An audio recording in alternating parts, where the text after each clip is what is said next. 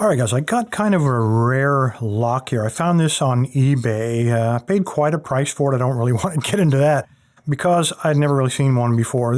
I looked up, this is a national stock number for government items. I did look this up, and this was canceled in 1994. And yet the box is in perfect shape and sitting in somebody's garage for quite a while. This is the lock that was replaced by Master Lock in 1991. So this thing actually sat on the shelf for 3 years. Nobody ordered this one apparently before Master Lock, I guess, kicked them out of the business. Interesting thing about this, again, here's what the lock looks like. Beautiful. This is brand new.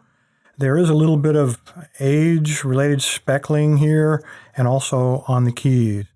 The keys say Chicago, Illinois, and of course we have Schiller Park, Illinois. But the thing is, this company was never headquartered in Illinois. They were in Terryville, Connecticut, which kind of interesting. Here's what the key looks like. It is a 10 wafer lock, so quite a bit more of a challenge than wafer lock.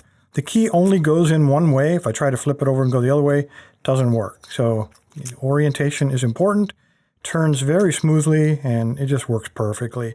It is, as I said, it's a brand new lock, but it's been sitting around for 20 or 30 years in somebody's drawer, apparently. This company was established in 1832. So Eagle was one of the first lock manufacturers in the United States. They continued manufacturing, and they really started to take off somewhere around World War I when they picked up a bunch of government contracts. And they continued to grow again through World War II. Contracts continued to expand, and that's when they reached their peak.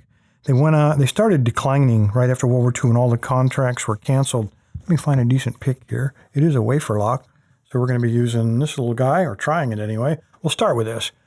Peaked in World War II and then slowly declined until the 70s, and they finally went out of business in 1975. So again, this was bought in 94 probably at the absolute latest. So it sat around on a government shelf for 19 years before they declared it obsolete. Anyway, let's give it a try. I'm going to apply moderate tension to this thing and just rake away. If you go to Terryville, Connecticut today, parts of the company's buildings are still there, 2 of them. One of them, if you pay attention, there we go.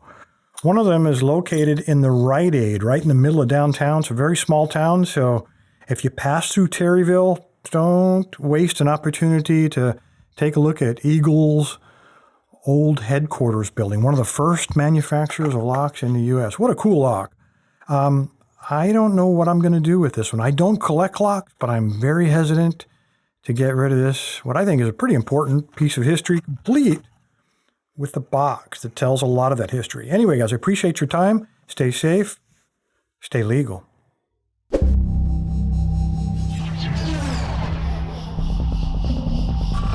If you like what Lock Lab's doing, you can really help me out by subscribing, hitting the like button, and of course sharing it on Facebook and Twitter. Thanks, guys.